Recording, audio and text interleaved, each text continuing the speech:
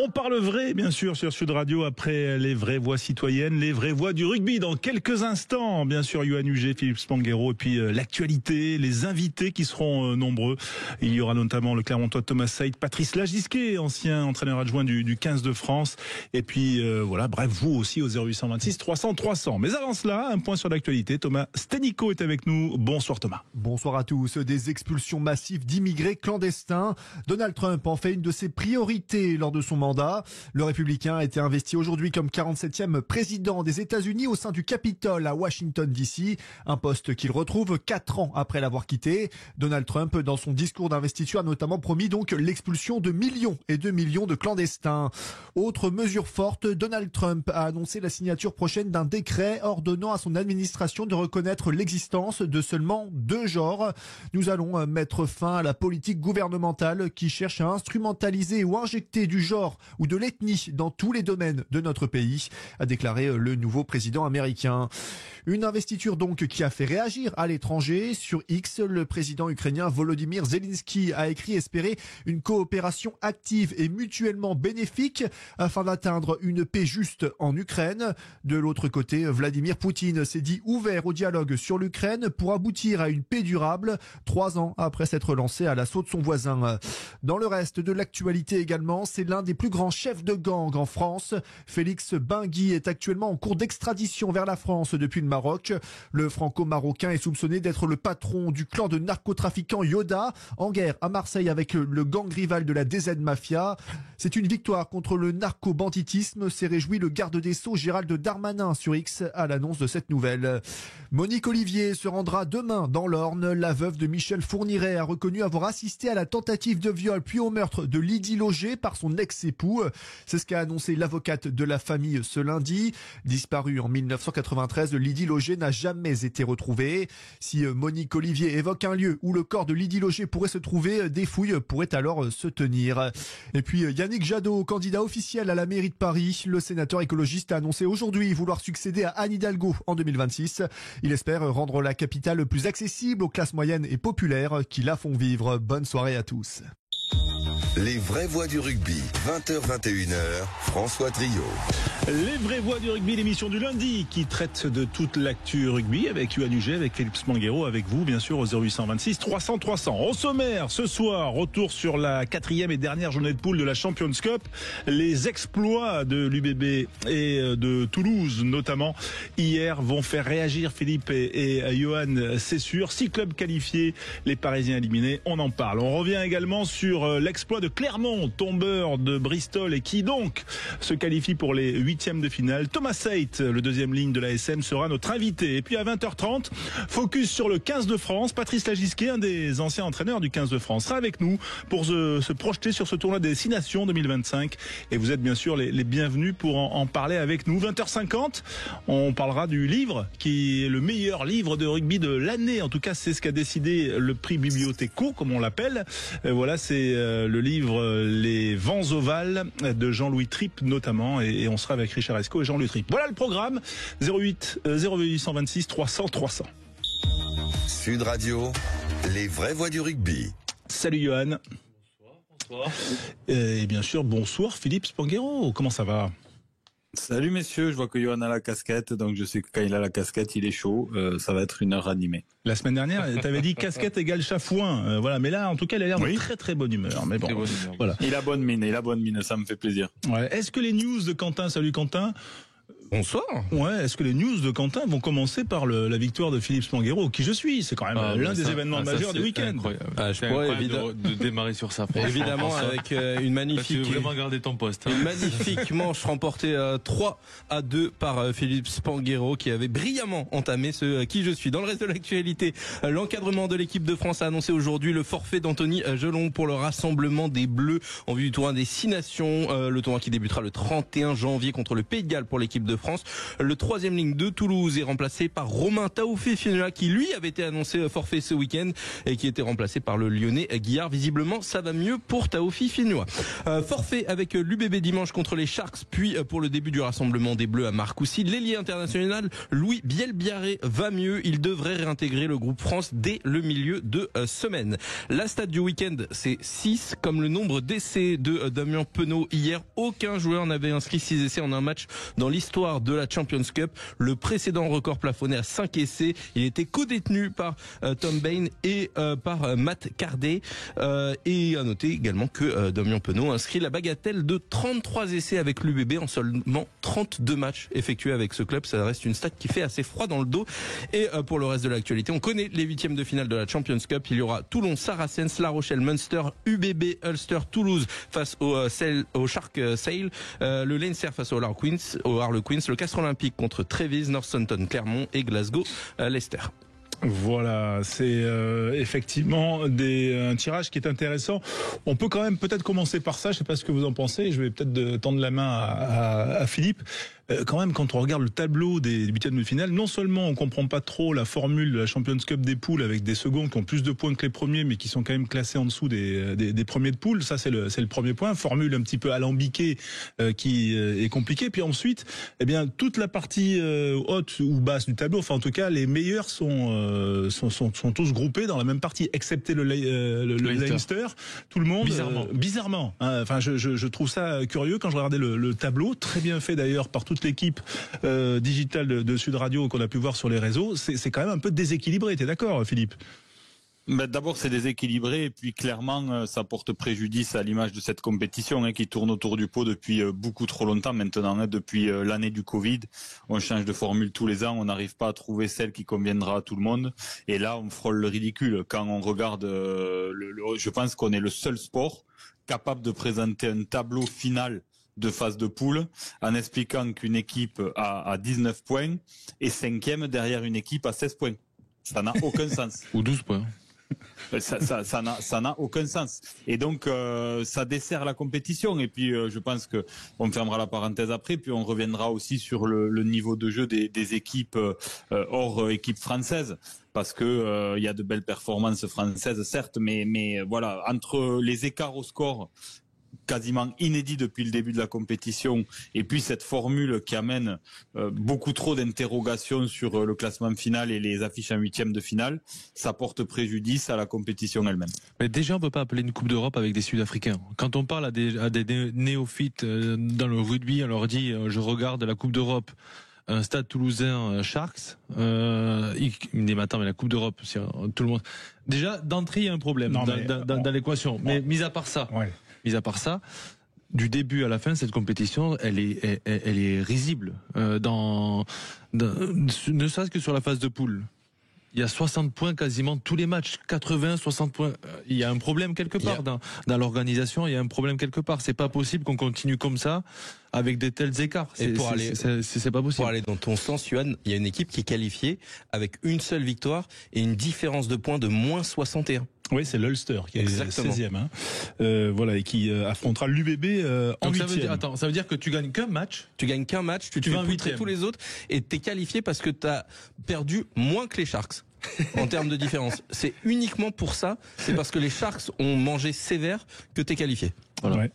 C'est vrai que c'est un petit peu curieux. C'est très problématique, honnêtement, c'est très problématique. Alors, le problème du niveau de jeu, il n'est pas imputable directement à l'EPCR et il pose pour moi une autre question sur aujourd'hui quelle est la véritable santé de notre rugby européen. Et ce qui est perturbant, c'est que je suis sûr que les Anglais avec leur équipe nationale seront au rendez-vous du tournoi. Quand on voit le niveau de jeu moyen de leurs équipes domestiques, on se demande comment finalement des joueurs arrivent à être prêts pour affronter les autres meilleures équipes du Nord. Donc à quel point il y a une corrélation entre le niveau et la santé des championnats domestiques et les équipes nationales, parce que si on dit que demain il y a une vraie corrélation, ça pose des vraies questions sur la santé du rugby mondial et des équipes nationales dans les années qui arrivent, parce qu'on n'a jamais vu des nations fortes comme l'Angleterre notamment décrocher à ce point. C'est terrible. Ouais, pour en parler aussi avec nous, bien sûr, Yohan et Philippe, mais Cédric qui nous appelle au 0826 300, Cédric à Castelnau, supporter de Toulouse. Bonsoir Cédric. Bonsoir à toute l'équipe et meilleurs vœux. Oui, meilleurs vœux, bonne année, effectivement. Elle a plutôt bien commencé quand on est un supporter du Stade Toulousain. Hier, qu'est-ce que tu retiens, toi? Tu retiens la démonstration du stade ou alors la faiblesse des Tigers de Leicester, Cédric? Mais un petit peu des deux, surtout la démonstration du stade dans les 30-35 premières minutes où vraiment ils ont déroulé. C'est vrai que voilà, où on a vu de tout, on a vu un jeu avec des joueurs qui se trouvaient sans se regarder. Voilà, on a vraiment vu un jeu qu'on n'avait jamais vu depuis le début de la saison, même si le stade déjà a déroulé. Mais là, comme ça a été fait cette fois-là, comme ça a été fait hier, c'est vraiment ça a été vraiment fabuleux entre guillemets. Et après aussi, un petit peu la faiblesse de Leicester parce qu'on les a vus jouer les 5 premières minutes en première mi-temps et un petit peu en deuxième mi-temps, mais très peu quoi après. Ouais, c'est vrai que quand même, tu le disais, les 60 points, voilà, il y avait quand même Montoya, capitaine de l'Argentine. 60 points là, François. Enfin, c'est 80. 80, c'est pire. Mais non, les écarts, tu disais qu'il y avait eu beaucoup de matchs avec 60 points. Voilà, c'est vrai quand même que c'est assez incroyable. Voilà, est-ce que c'est ce Toulouse-là aussi, bon, l'UBB aussi a brillé dans le match précédent, mais est-ce que c'est ce Toulouse-là qui est imprenable actuellement? Non, ce Toulouse-là, il n'est pas imprenable. C'est juste la faiblesse de l'opposition aussi en face. Même si Toulouse a joué très très bien et ils ont voulu sortir par la grande porte pour les internationaux, parce que je sais très bien que les internationaux, avant de partir dans le rassemblement de l'équipe de France, veulent donner le maximum pour leur club. Et ça s'est vu sur ce week-end. Mais en tant qu'amoureux de ce sport, amoureux du rugby, je me dis, quand je vois autant d'écart de points et l'opposition qui n'est pas là, je change à la mi-temps. On garde pas les téléspectateurs quand il y a autant d'écart de points. Alors même si c'est du beau jeu, on s'éclate sur les 40 premières minutes, mais la deuxième mi-temps, on regarde ce qui se fait ailleurs et on regarde s'il y a d'autres matchs un peu plus serrés. Cédric, t'as tenu tout le match toi ou t'étais peut-être au stade? Oui, j'étais au stade, donc oui, on a tenu tout le match, oui. Bon, c'était quand même. Toi, il te semble imprenable? C'est le plus fort stade toulousain de tous les temps qu'on ait jamais vu? Non, pas spécialement le plus fort stade toulousain, parce qu'il y a eu des périodes, il y a 10, 15, 20 ans où le stade a été aussi fort. Mais après, avec l'évolution du jeu et tout, c'est vrai que voilà, ça en fait d'une autre équipe. Après, on a toujours eu tous les internationaux, comme on a toujours eu au stade, donc ça va être une bonne équipe du stade. Après, attention, ils ont fait, comme je disais, une super première mi-temps. Il faut espérer qu'ils le refassent pendant les phases finales. Que ça ne soit pas sur un match comme ça, quoi. Après, on sait très bien que sur un match, après, tout est jouable aussi. Voilà. Il va falloir se déplacer aussi. Non, c'est pas pareil. Oui, il va falloir se déplacer, peut-être à Toulon. C'est aussi ça, hein. C'est aussi ça la problématique de cette compétition. C'est-à-dire que tu te donnes les moyens de recevoir. Et tu reçois pas, parce que donc on sait que c'est important, mais c'est important aussi. Alors on dit que je suis toujours aveuglé par l'économie, mais ça fait quand même partie aussi de la performance. Et l'économie du rugby, elle est très très étroitement liée à la performance sportive. Tu te donnes les moyens de renforcer ton économie en recevant, et tu reçois pas, parce que pour le Stade Toulousain, recevoir un quart ou une demi au stadium en général, parce qu'ils délocalisent, c'est quasiment 1 million d'euros par match, et tu les as pas, alors que sportivement t'as tout fait pour. Ouais, il a manqué ce petit point de bonus. Après, la chance qu'ils ont, c'est qu'ils s'ils se déplacent, ce sera en France. Oui, mais moi, historiquement, j'ai toujours aimé cette compétition, mais c'est vrai que les confrontations franco-françaises, même souvent jusqu'en finale et tout, ça n'a jamais été des grands matchs. Enfin, je trouve que ça sonne pas européen, ou en tout cas. Ouais, non. Et on là, se souvient d'une finale Toulouse Stade Français à la grande époque des 2005. Biarritz, mais il y a eu Biarritz 2010 aussi. Aux prolongations, les deux d'ailleurs, je crois, 2005 et 2010, les deux aux prolongations. Elle reste pas dans les annales, parce qu'ils s'affrontaient aussi pour le titre à cette période-là tous les ans. Donc c'est vrai que ça laisse. Là, il n'y aura pas de finale franco-française. Hein.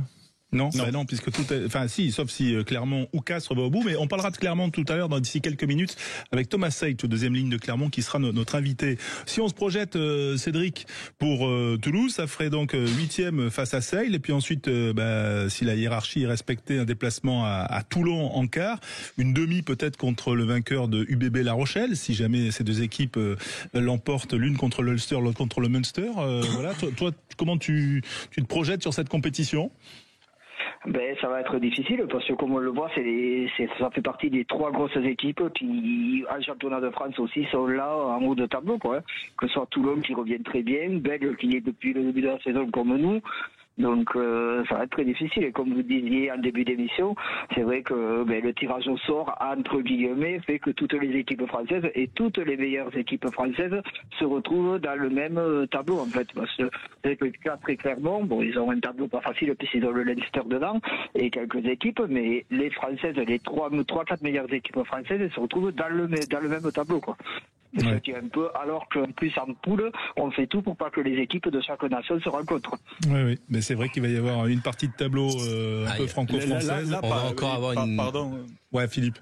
Pardon de rebondir, mais il y a des choses compliquées à gérer pour le PCR. Attention, c'est pas simple. Mais il y a quelque chose de très simple à faire. C'est la prime au succès des années précédentes.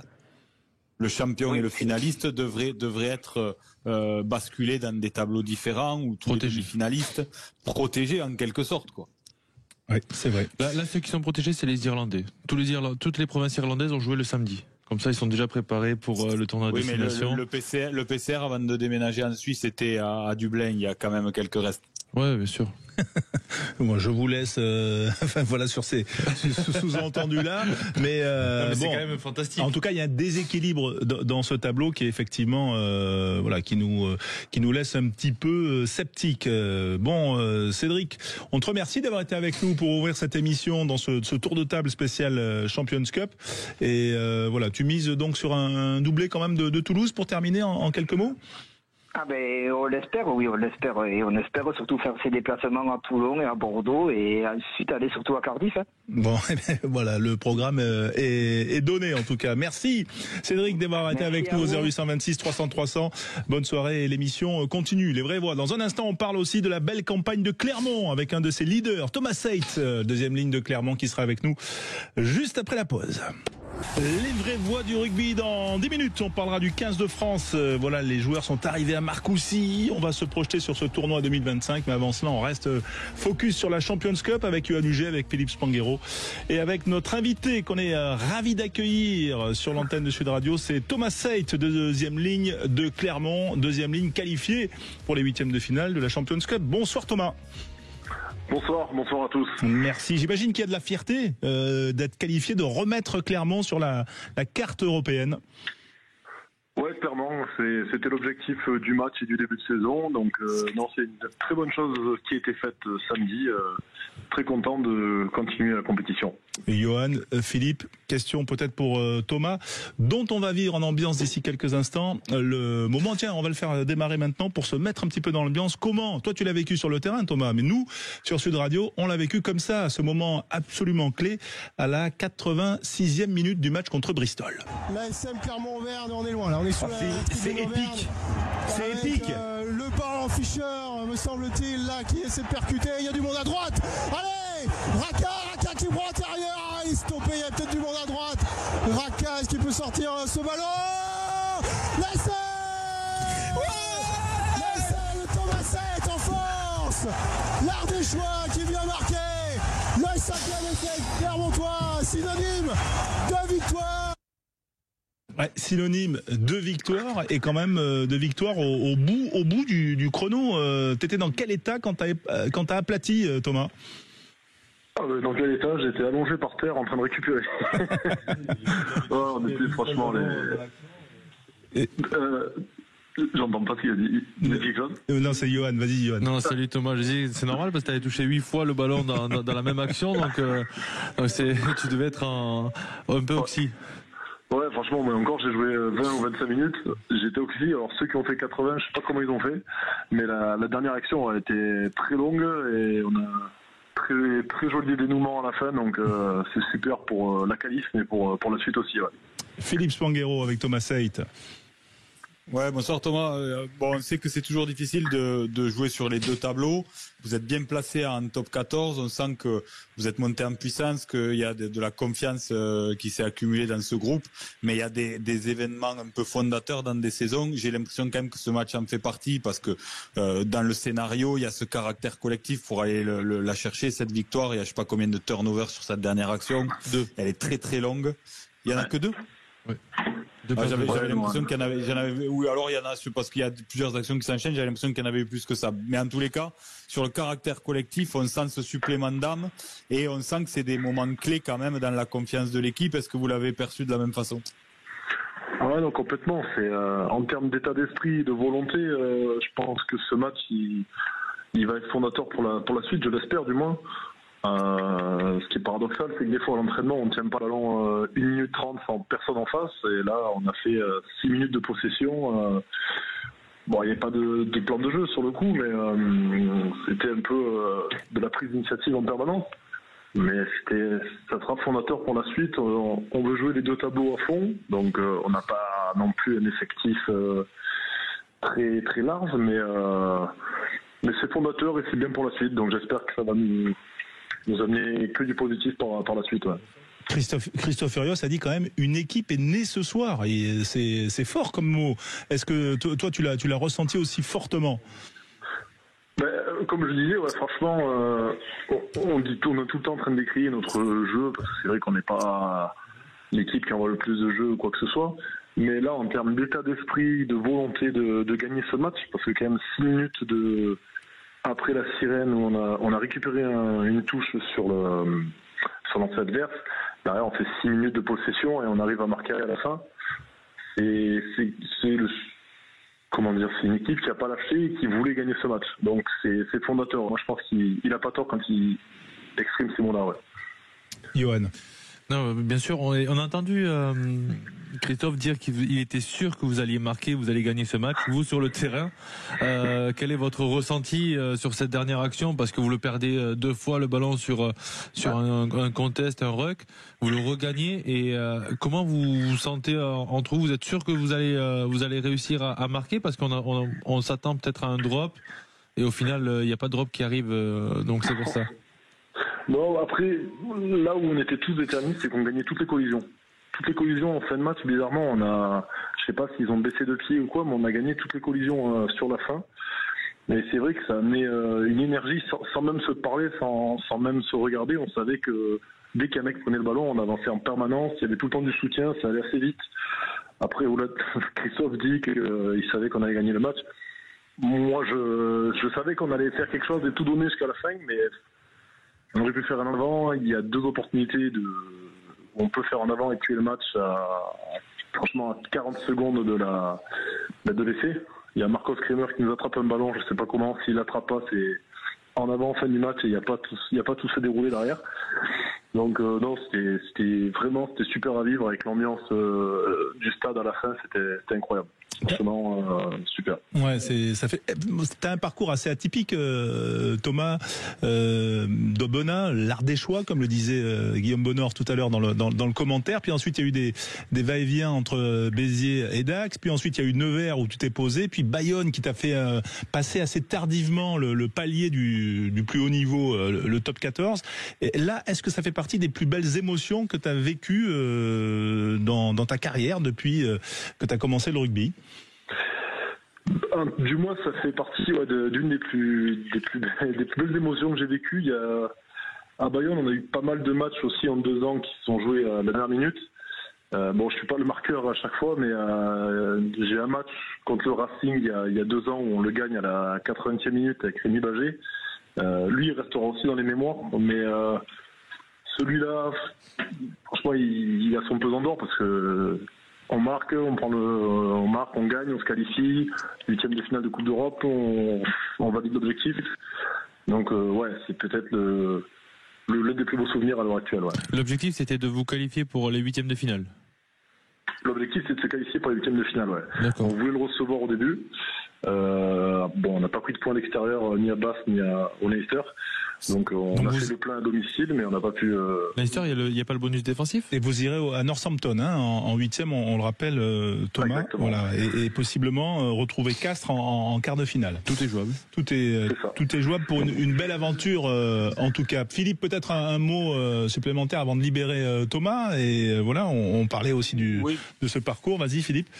Ouais, plus personnel, mais c'est vrai qu'on sent quand même, on te sent très bien dans cet effectif et on sent quand même une relation aussi particulière à Christophe Furios, qui a eu des mots quand même très sympas avec toi depuis le début de saison. Est-ce que cette connexion, cette confiance de Christophe Furios, elle t'amène le supplément d'âme pour faire ce début de saison que tu fais? Comme tout joueur, hein, ça marche beaucoup à la confiance au rugby. Hein, je suis comme tout le monde. Après, j'ai la chance de beaucoup jouer, de beaucoup matcher depuis le début de la saison. C'est une bonne chose. Il faut que ça continue le plus longtemps possible. Et franchement, depuis que je suis arrivé en top 14, ça fait 3 ans, j'ai beaucoup de chance parce que je joue énormément, que ce soit à Bayonne ou à Clermont. Donc que ça continue. Christophe me donne beaucoup de temps de jeu et beaucoup de confiance. Donc ça continue comme ça. Je serai le plus heureux. Tu te sens jeune, tu as 33 ans, hein, ou en tout cas, 33 ans, oui. Voilà, tu te sens, vu que tu as un parcours un peu atypique, tu te sens encore frais ou jeune, entre guillemets? Je suis pas mâché parce qu'il y a des mecs qui ont fait des centres de formation, qui ont joué longtemps en espoir dans les clubs pro, qui sont dans le système depuis longtemps. Moi, quand j'étais plus jeune, déjà je jouais en Fédéral 1, Fédéral 2, j'ai travaillé à côté. Donc j'arrive avec cette insouciance déjà en top 14 sur la fin de ma carrière, on va dire. Et surtout, moi je suis frais dans la tête. Je m'accroche parce que là ça tire un peu quand même. Ça fait quelques matchs que je joue, je suis un peu fatigué. Mais je m'accroche parce que c'est génial. Je me dis ce qui m'arrive à l'heure actuelle, c'est... je me le dois qu'à moi-même, hein, parce que personne n'a fait de cadeau. Mais en tout cas, je profite de tous ces instants parce que je sais que j'ai connu la difficulté et la galère dans ma carrière aussi. Donc, à l'heure actuelle, je profite à fond. Ouais. Et le rêve d'une tournée, on sait que les tournées, souvent, c'est des équipes en développement et des joueurs aussi de clubs qui sont récompensés. Tu rêverais d'une tournée, tiens, c'est en Nouvelle-Zélande en 2025 ? J'y rêve, si on me propose de la faire, je pars de suite, hein, mais après je pense qu'il y a quand même, en toute humilité, il y a quand même beaucoup de monde à mon poste, des jeunes joueurs qui jouent le haut niveau depuis plusieurs saisons. Donc en toute humilité, ça serait super d'y aller, je serais le premier avis, mais je sais qu'il y a énormément de monde, donc je me projette vraiment pas là-dessus. Après, si Fabien Galtier a besoin de moi, je suis là. On lui file ton numéro, il n'y a pas de problème. Allez, cool. Allez, on était très, très contents de t'avoir et merci d'avoir été avec nous, Thomas Seit. Donc, pour cette qualification de Clermont en 8e de finale, retour après 3 ans d'absence dans cette compétition. Déplacement à Northampton, ce sera le 8e de finale. Merci Thomas, à bientôt sur l'antenne de Sud Radio, la radio du rugby. Les vraies voix du rugby continuent. On va parler du 15 de France, justement, dans un instant. Les vraies voix du rugby, l'émission du lundi qui revient sur l'actualité du week-end et qui se projette sur l'actualité à venir, notamment celle du 15 de France. On en parle bien sûr avec Yoann Huget, Philippe Spanghero, nos consultants de la team Sud Radio, Quentin Cabanis qui est là, vous bien sûr les auditeurs au 0826 300 300. Et on est ravis aussi d'accueillir le sage Patrice Lagisquier qui est avec nous en direct sur Sud Radio. On est content de l'accueillir. Salut Patrice. Bonsoir. Merci d'être avec nous. Patrice, je te disais le sage parce que oui, tu as longtemps été un des entraîneurs du 15 de France derrière pendant quelques saisons, en plus d'avoir été le joueur et notamment finaliste de la première Coupe du Monde en 87. On rappelle aussi quand même ces 3 titres de champion gagnés avec Biarritz. Bref, j'imagine que ton regard est acéré et on parle bien sûr aussi de la Coupe du Monde 2023 avec le Portugal. J'imagine que ton regard est toujours très acéré sur ce tournoi qui s'annonce, ce tournoi Destination, et on attend beaucoup du 15 de France. Est-ce que toi aussi, en tant que spécialiste, en tant que supporter, t'attends plus qu'une victoire, t'attends même un grand chelem en année impaire pour le 15 de France? J'y vais direct. Ah oui, je suis comme tous les supporters, j'en ai très envie. On a envie de voir cette équipe de France briller, surtout on s'est régalé lors des matchs de novembre. On a senti qu'il y avait une progression, une évolution dans le jeu qui était plutôt riche. Donc oui, on a envie de voir cette équipe de France briller. Oui. Ouais, et c'est vrai que quand on voit aussi la performance des équipes un peu leaders du top 14 hier notamment, marquant 10 essais, 12 essais, etc., on se dit quand même que ça doit aussi peut-être donner une impulsion supplémentaire offensivement au 15 de France. Ah oui, c'est clair que le mariage des des joueurs du Stade Toulousain plus ceux de Bordeaux-Bègles, ça devrait être riche en termes de jeu, de prise d'initiative, de jeu en lecture, de vitesse, de qualité technique, de passe après contact. Bon, c'est plein de promesses. Hein. Yoann Huget, là, je pense que vous connaissez. Hein, on s'est fréquenté un peu avec Patrice. Un petit peu, on s'est croisés aussi. Il n'avait pas toujours cette voix posée, calme, hein, quand je l'ai croisé. Ah ouais, il était sanguin, Patrice. Non, pas du tout, un passionné. Je me suis assagi maintenant. Ben oui, c'est vrai. 62 heures, mais toi, Yoann, tu penses que effectivement, vu la supériorité des Français en Champions Cup, qui est souvent l'étage inférieur, on doit faire plus au niveau de l'équipe de France, là, dans ce tournoi 2025 ? En tout cas, il faut faire plus qu'un grand chelem en 5 ans, ça c'est sûr. On attendait beaucoup et on attend beaucoup de cette équipe de France parce qu'il y a vraiment une très belle génération. Mais quand on regarde ce qui se passe et ce qu'il en est, c'est un grand chelem en 5 ans. Donc on peut se taper sur le ventre en disant qu'on a une bonne génération, mais pour l'instant il faut qu'elle gagne, il faut qu'elle est performante, elle est là, elle est dans le ranking mondial 3e, ok, il y a pas de problème avec ça et on sait qu'on a une très très belle génération, mais on aimerait l'avoir gagnée. Cette année, encore une fois, je pense que ça va être compliqué avec 3 déplacements. Les années impaires sont jamais faciles. Elles sont très dures à gérer physiquement, surtout avec le nombre de déplacements. Mais on espère qu'on est de tout cœur derrière cette équipe de France parce qu'elle a le potentiel. Ouais, Philippe, tu partages ce point de vue parce que souvent tu n'es pas d'accord avec Yoann. Non, mais là, si, bien sûr, je suis d'accord, parce que c'est vrai que, et c'est pas du tout pour faire offense à Fabien Galtier, mais le bilan froid, il est pas forcément à la hauteur de la génération qu'on a et de ce qu'on en dit. Après, il y a le projet de jeu, il faut en parler. C'est vrai que on attend aussi beaucoup de voir comment le 15 de France va se comporter, parce qu'on a les joueurs pour produire beaucoup. On était dans un projet très axé sur la dépossession. Visiblement, on a changé un peu de fusil d'épaule du côté du staff, et donc il faut que les joueurs aussi, dans le projet de jeu, puissent exprimer tout leur talent et leur potentiel. Donc on attend de voir aussi comment le 15 de France va aborder cette compétition. Mais c'est vrai que l'année impaire, elle est toujours en plus un peu délicate à aborder. Donc ça renforce la difficulté de la tâche. Mais de toute façon, il faut se rassurer parce qu'on a bien terminé sur le tournoi 2023 et c'est vrai qu'on passe vite à autre chose. Mais on a quand même été très inquiet sur le début de tournoi et sur ce que l'équipe de France proposait. Donc il faut revenir à quelque chose de plus au niveau du standard qu'on attend de nos Bleus. Là, le point positif, c'est qu'on retrouve notre colonne vertébrale avec un 8, 9, 10, 15 avec le retour de Romain Ntamak, qui lui est là justement un grand 10 mondial qu'on attendait depuis des années, avec avec Antoine Dupont, il forme la charnière en club et en équipe de France, et on espère que justement son retour sera bénéfique au 15 de France. Ouais, mais ça s'envolait le boulot de François, mais je vous pose la question à tous les deux, messieurs, à toi Yoann et à Patrice, mais il y a quand même un petit débat sur la position de Thomas Ramos. Pour vous, il existe vraiment ou pas du tout ? Allez, Patrice. Ah non, la question se pose pas. De toute manière, il faut le mettre sur le terrain. Et Dan Carter, c'est très intéressant d'avoir des joueurs comme Ntamak et Ramos qui jouent ensemble.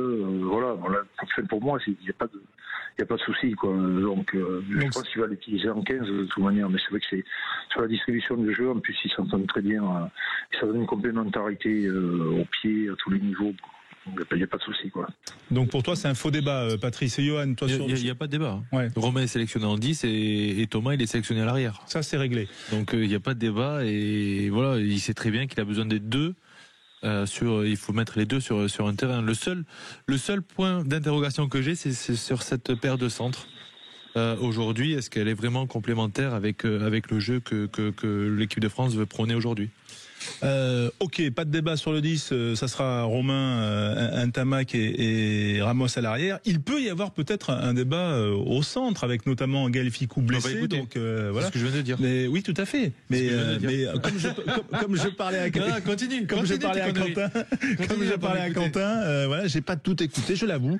Mais voilà, je suis transparent. Je parle vrai. Le vrai débat, c'est au centre. Tout à fait. Et on va écouter d'ailleurs, Vincent Clerc, qui était avec nous hier sur l'antenne de Sud Radio. Regardez son point de vue vue sur la paire de centres qu'il associerait pour débuter le tournoi. Et c'est vrai que sur les premiers matchs et notamment la cohésion va être importante. Donc aujourd'hui, ça paraît très logique, surtout que Nicolas Deporter finalement a pas mal alors souffert entre guillemets, mais de la concurrence de Gaël. Aujourd'hui, c'est peut-être l'occasion de le voir associé avec Moefana et voir si en équipe de France ils ont le même rendement.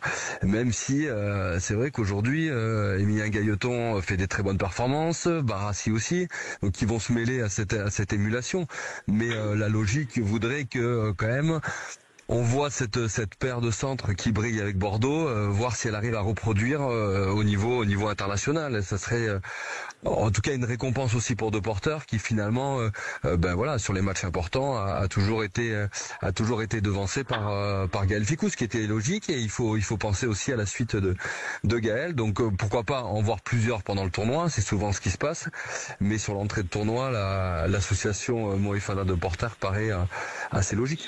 Le regard du coach Patrice Lagisquet, tu jouerais la complémentarité de club comme le suggérait hier Vincent? Je sais pas. Peut-être qu'il faut les jouer avec Toulouse aussi, parce que je trouve que Barassi est très performant. Je le trouve intéressant même en 12 sur des prises d'initiative, parce qu'il est quand même il est capable d'attaquer la ligne très fort, même s'il n'est pas aussi puissant que Moefana. Et puis je me dis que contre le Pays de Galles, il y a peut-être la possibilité de prendre un petit risque à ce niveau-là. Parce que ça n'est pas réellement un risque de tenter un équilibre, de tenter d'avoir une équipe encore plus créative, encore plus capable d'accélérer à tous les niveaux. Parce que c'est vrai que Barassi Deporter, ça peut aller très très vite avec ce qu'il y a à l'aile. Ça peut être là aussi très intéressant et donner des formes de jeu à partir de ballons de contre-attaque notamment, qui peuvent être très intéressantes. Parce qu'avec l'évolution de la règle, quand même, il y a de l'espace pour prendre de la vitesse sur les contre-attaques. Et je pense que ce sont des joueurs qui peuvent participer facilement à ce jeu-là. J'ai trouvé Barassi très intéressant lorsqu'il est dans le désordre. C'est un tout petit intervalle, il est capable de le prendre et de bonifier les ballons de manière assez exceptionnelle. On va faire rebondir Johan. Non, il a raison. C'est Moefana, à chaque fois qu'il a une équipe de France, il a du mal. Il faut dire les choses. Il a du mal à prendre sa place. Il a du mal à s'imposer. Et du coup, le débat, il est fait parce qu'il prend pas la place qui lui est due depuis la Coupe du Monde 2023. Maintenant. Moi, j'aimerais bien voir Damien Penaud. Alors parce que c'est un garçon qu'il faut plus utiliser, c'est un garçon qu'il faut mettre dans le jeu, parce que des fois il a tendance à... Voilà, ce week-end il a marqué 6 essais, donc on peut rien dire, mais des fois il a tendance à s'endormir sur l'aile, et on le voit, il marque 2 essais comme ça, et il faudrait l'imprégner un peu plus dans le jeu. Toi tu le mettrais deuxième centre. Deuxième centre, il a déjà évolué quand il était jeune, et je pense que c'est vraiment un garçon qu'il faut utiliser un peu plus dans son système de jeu, parce que c'est un garçon très athlétique, il va très vite, il est capable de casser les plaquages, on peut jouer après lui, donc voilà, j'aimerais qu'il soit utilisé déjà comme ça à Bordeaux, et peut-être aussi prendre un risque en équipe de France. Ouais, Philippe, tiens, sur ce poste de deuxième centre là, il y a des associations, des combinaisons à trouver, et là en plus Johan nous en donne une nouvelle. Ouais, bien sûr. Mais c'est vrai que du coup, ça repose la question du premier centre, et peut-être du choix entre Barassi, qui est très en forme, et Moefana. Je suis assez d'accord. C'est vrai que le débat se pose parce que il a eu sa chance régulièrement, Moefana, quand Danti était plutôt moins bien, donc ou absent. Et c'est vrai qu'il n'a pas forcément su prendre sa place. Donc moi, je trouve que on a tellement besoin de Damien Penaud à l'aile que je garderai le débat de chercher des vrais centres, parce que quand on voit encore sa prestation hier, même si à l'aile on a d'autres joueurs qui sont capables de tu mets Gabin Villiers et Louis Bielbarré, et au centre tu mets Damien Penaud. L'histoire elle est réglée, Philippe. Ouais, mais je trouve que si t'as deux profils quand même très identiques, Damien Penaud amène autre chose, je trouve, à l'aile. Enfin, c'est Patrice qui peut en parler peut-être mieux que, encore mieux. Connaît bien, je sais pas, voilà, mais je trouve que ça amènerait un petit mal de tête inutile. Ouais, Patrice? La suggestion, Johan, faire glisser Damien au centre. Il y a suffisamment de qualité au centre pour personne n'est d'accord avec moi. à l'aile, il est énorme, quoi. Il est capable d'aller jouer partout. C'est vrai que des fois, on aimerait qu'il soit encore plus présent un peu partout sur le terrain parce qu'il a tellement de qualité que il ferait encore plus de différence. Mais franchement, à l'aile, il intervient partout. Je ne sais pas si c'est un joueur qui aime fonctionner dans les schémas. D'après ce que j'ai pu dire de temps en temps, c'est pas le joueur le plus rigoureux dans les organisations collectives. Non, ça donc, non. Voilà. Mais au centre, on peut en avoir besoin quand même. Il t'aurait pu celui-là entraîner Patrice, hein? Ah bah oui, parce que il t'aurait donné mal à la tête un peu. Vu le talent qu'il a, c'est pas compliqué. Ce sont toujours les bons joueurs qui font les bons entraîneurs. Hein. Il n'y a pas de secret. Hein. Rarement l'inverse. Dans la gestion en rugby, il t'aurait plu aussi. Ah oui.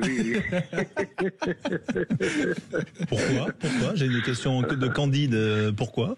Non, parce que, comme dit Philippe, il manque de rigueur, mais on peut pas lui en vouloir parce qu'il a tellement de qualité et qu'il faut, en fait, c'est au coach de s'adapter à sa personnalité parce que lui, il s'adaptera pas.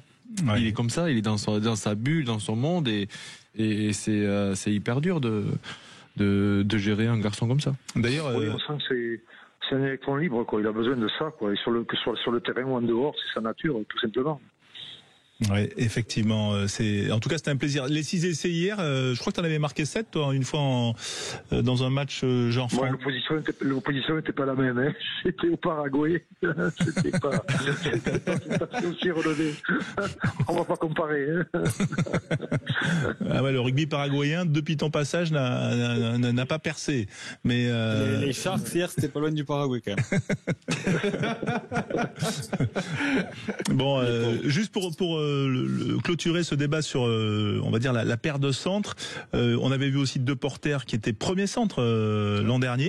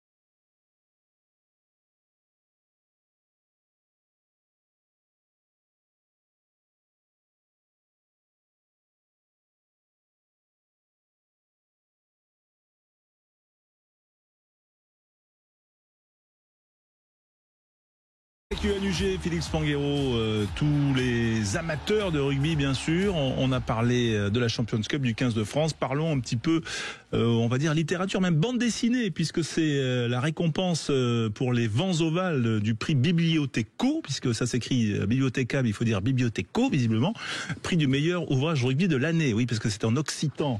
On est ravis d'accueillir un des membres du jury, un des fondateurs de ce prix, c'est Richard Escaut qui est avec nous, notre confrère de l'équipe. Et puis l'un des auteurs de ce livre lauréat, c'est Jean-Louis Tripp qui est avec nous. Bonsoir messieurs. Bonsoir François, bonsoir à tous, bonsoir Jean-Louis. Bonsoir. Déjà, félicitations à Jean-Louis Tripp, scénariste de ce prix, et puis surtout qui a impulsé le fond de l'histoire, puisque on peut-être la résumer, Jean-Louis.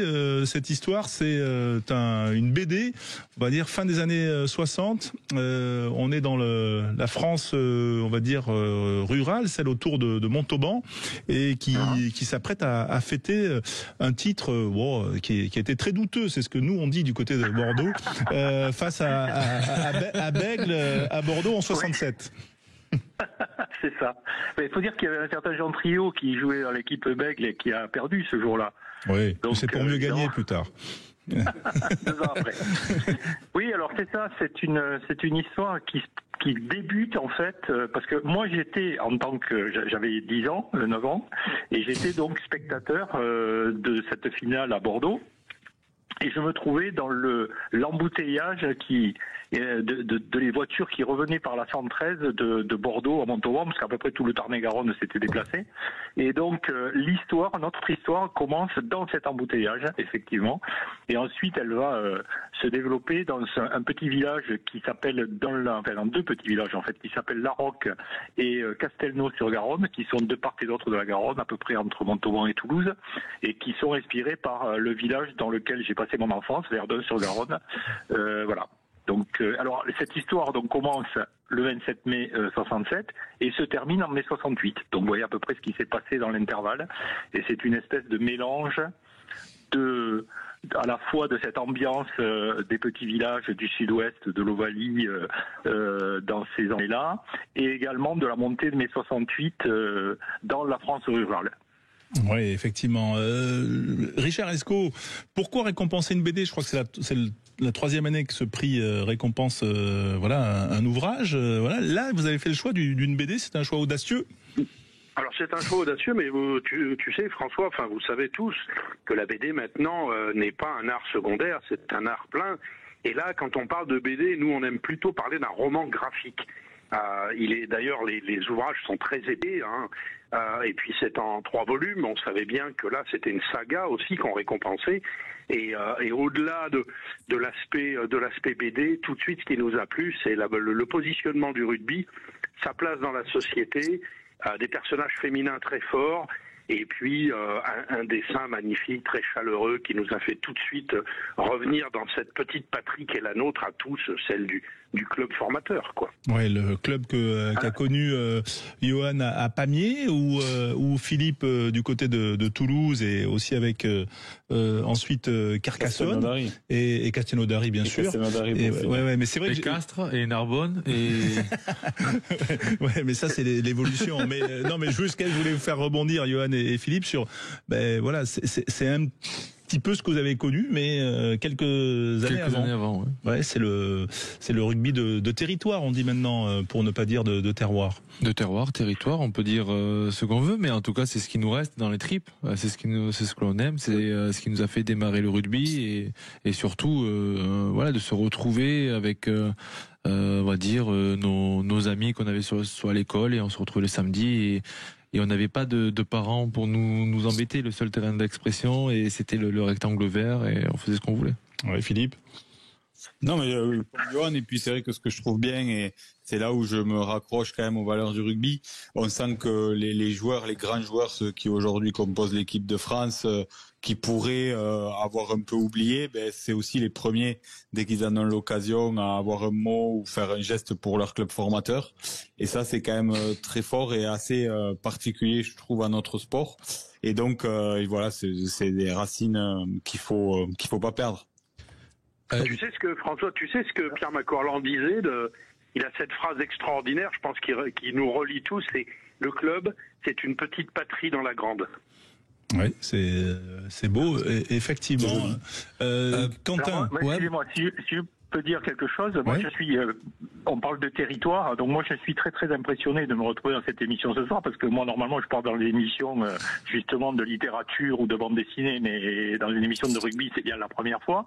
Or, ouais, moi, on est en forme de lettres là quand même. Ah oui, il y a beaucoup de livres d'ailleurs. D'accord. Enfin, bon. Là, Alors, on est entre gens quand même de culture.